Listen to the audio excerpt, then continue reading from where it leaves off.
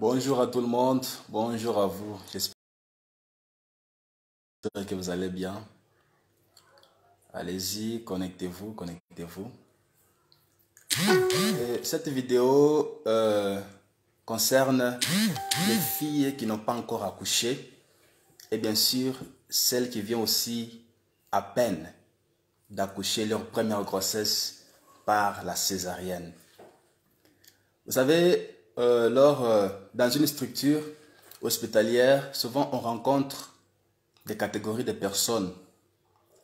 Il y a celles qui agissent par négligence, il y a aussi celles qui agissent par ignorance. Et moi, je m'engage beaucoup plus à parler celles qui sont ignorantes. Parce que si elles savaient, peut-être qu'elles agiraient différemment. Mais pour celles qui agissent par négligence, j'espère qu'un jour, à force d'écouter, vous allez finir par changer. Et si vous ne changez pas, donc, les actes que vous posez, donc les conséquences des actes que vous posez, sont celles qui vont vous corriger le mieux. Alors j'ai expressément intitulé mon thème qui est la condamnation à la césarienne. La césarienne, c'est une voie d'accouchement. Parce qu'il y a deux voies d'accouchement. L'accouchement par voie haute, qu'on appelle la césarienne, et l'accouchement par voie basse, ou l'accouchement par voie vaginale. C'est ça même la voie naturelle d'ailleurs. Alors, de ces deux voies, celle qui est préférable, c'est la voie basse. La voie basse est préférable. Parce que c'est là où il y a moins de risques. Tu vois? Pour qu'un médecin ou un gynécologue obstétricien pratique la césarienne, il faut qu'il y ait une raison médicale. Et quand on parle d'une raison médicale, je fais allusion aux indications de la césarienne. Et quelles sont les indications de la césarienne? Nous avons le BGR, qu'on appelle le bassin généralement rétréci. Nous avons le placenta prévia totalement recouvrant. Nous avons la position transverse. Nous avons plusieurs indications de la césarienne, parmi lesquelles il y a celles qui sont absolues et celles qui sont relatives. Alors, il peut arriver que tu accouches ta première grossesse par la césarienne. Pas parce que ton bassin est anormal, non, non, à cause d'une raison quelconque. Parce que si ton bassin est anormal, par exemple, si tu as un BGR, un bassin généralement rétréci, là, tu ne peux pas accoucher par la césarienne. Tu vois déjà avec le BGR, tout ça sont évaluables lors du toucher vaginal. Parce que lorsque tu fais le toucher dans le cul-de-sac antérieur, tu peux sentir l'os, ce qu'on appelle les promontoires. Alors, si tu peux sentir l'os avec cet espace ici, tu t'imagines maintenant la tête du bébé en question qui ressemble à peu près à ça. Tu vois que c'est pratiquement impossible que cette tête passe par là. Pratiquement impossible. D'où, c'est une indication qui est absolue. On te fait la césarienne. Mais jusque-là, te faire la césarienne, ce n'est pas qu'on te condamne à toujours accoucher par la césarienne. Non, non. Accoucher sa première grossesse par la césarienne n'est pas synonyme d'accoucher toujours par la césarienne. Et j'étais en train de parler des indications. Je n'ai pas cité l'utérus fraîchement cicatriciel et l'utérus 2 fois cicatriciel. C'est une indication qui est absolue d'ailleurs. Donc, césarienne 2 fois, c'est césarienne pour toujours. Donc, à chaque fois que tu vas tomber enceinte, on ne réfléchira pas. On te césarise immédiatement. Alors, ce que tu dois éviter, ce n'est pas d'éviter, plutôt éviter, c'est éviter la deuxième césarienne. Oui, il faut éviter la deuxième césarienne. Comment est-ce que tu peux éviter la deuxième césarienne? Comment est-ce que tu peux parvenir à éviter la deuxième césarienne? Lorsque tu accouches par la césarienne, ta première grossesse, suite à une cause, prenons la présentation du fœtus par exemple. Normalement, la tête de l'enfant il est en bas. Donc, on appelle ça la présentation céphalique. Donc, la tête du bébé est en bas, puis les membres sont en haut, ou la présentation siège et tout ça. Là, l'accouchement par voie basse, c'est vraiment possible. Mais il peut arriver que la position est transverse. Donc, j'ai la tête ici et les membres ici ou les pieds. Tu vois que ici, l'accouchement par voie basse, c'est impossible. Donc là, c'est une indication qui est aussi absolue pour la césarienne.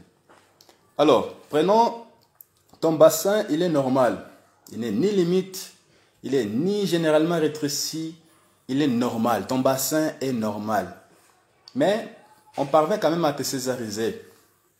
Pourquoi?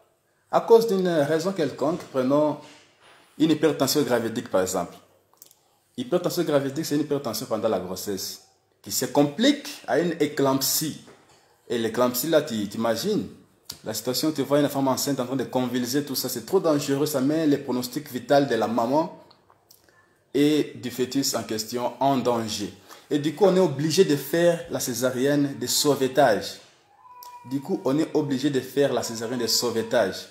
Mais du fait que cette cause est venue à la première grossesse, ce n'est pas pour dire qu'à chaque grossesse, elle va toujours arriver. Ce n'est pas pour dire qu'à chaque grossesse, il y aura toujours une cause qui va imposer une césarienne. Non.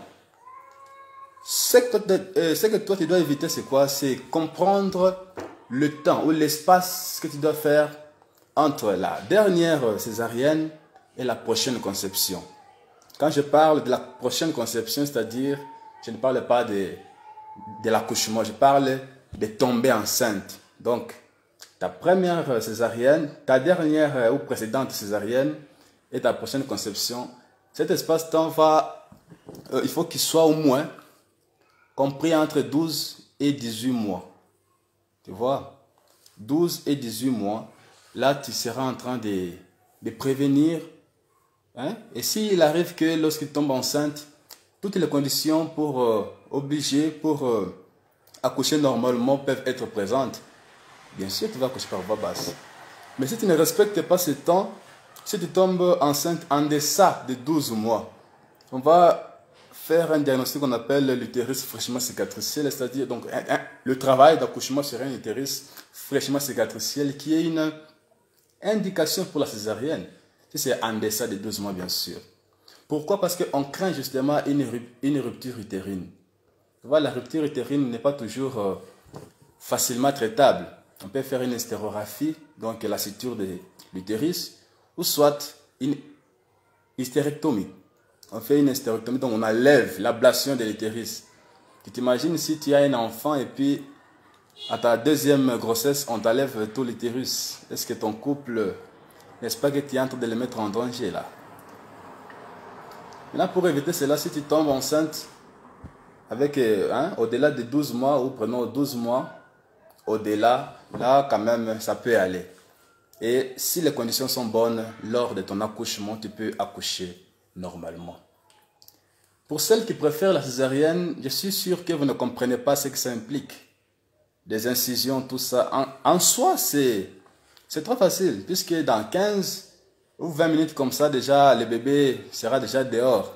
Et puis, on peut encore prendre 40 à 45 minutes pour essayer de faire les sutures des différentes incisions qu'on a effectuées. Tout ça.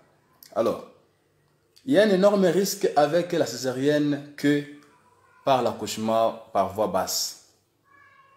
Si un médecin, si un gynécologue décide que tu dois accoucher par la césarienne, c'est-à-dire qu'il y a une raison importante. Donc, il a pesé les risques.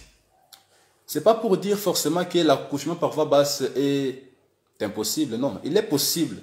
Mais les risques qui sont par rapport avec l'accouchement par voie basse sont élevés au risque de la césarienne.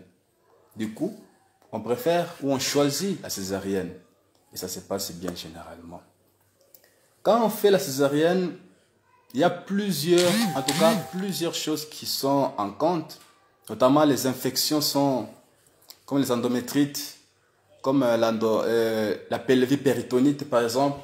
Tu t'imagines la péritonite qui est une maladie ou une pathologie chirurgicale. Donc toi tu viens étant parturiente, une parturiente c'est une femme qui vient pour accoucher. Tu viens et puis du coup, on voit il y a une raison qui impose la césarienne, on te césarise. Et puis voilà, tu as une péritonite, une pelvipéritonite, si je peux encore le répéter. Et puis du coup, des transferts, par exemple, en chirurgie, on doit encore effectuer notre opération. Donc, un cas qui est compliqué, qui peut même faire en sorte que tu puisses avaler ta carte de baptême. Alors, pourquoi vouloir une chose qui peut mettre sa vie en danger alors que tu peux tout à fait l'éviter? Celles qui préfèrent, celles qui pensent que la césarienne c'est un cadeau, détrompez-vous en fait, détrompez-vous, parce que ce n'est pas vraiment un cadeau. On le fait en cas seulement d'une raison médicale qui l'exige, je dis bien qu'il l'exige. Et s'il n'y a pas de raison, tu dois accoucher normalement, par voie naturelle, par voie vaginale. Alors, je suis là pour essayer de vous conscientiser. Je suis là pour essayer de vous tirer l'oreille. Vous qui désirez accoucher chaque année vous devez avoir un bébé, tout ça. Et quand je dis ça, c'est moi qui semble exagérer. Pourtant, vous êtes nombreuses à me suivre. Chaque année, un enfant, c'est pas mal. Mais il faut essayer d'équilibrer, de voir sa santé aussi. Parce que si toi, tu n'es plus, personne ne sera là pour tes enfants qui sont déjà accouchés, pour les faire grandir.